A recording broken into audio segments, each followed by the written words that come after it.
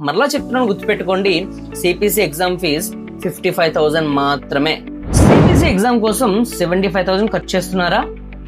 ఆగండి, మీ డబ్బు వృధా అవుతుంది.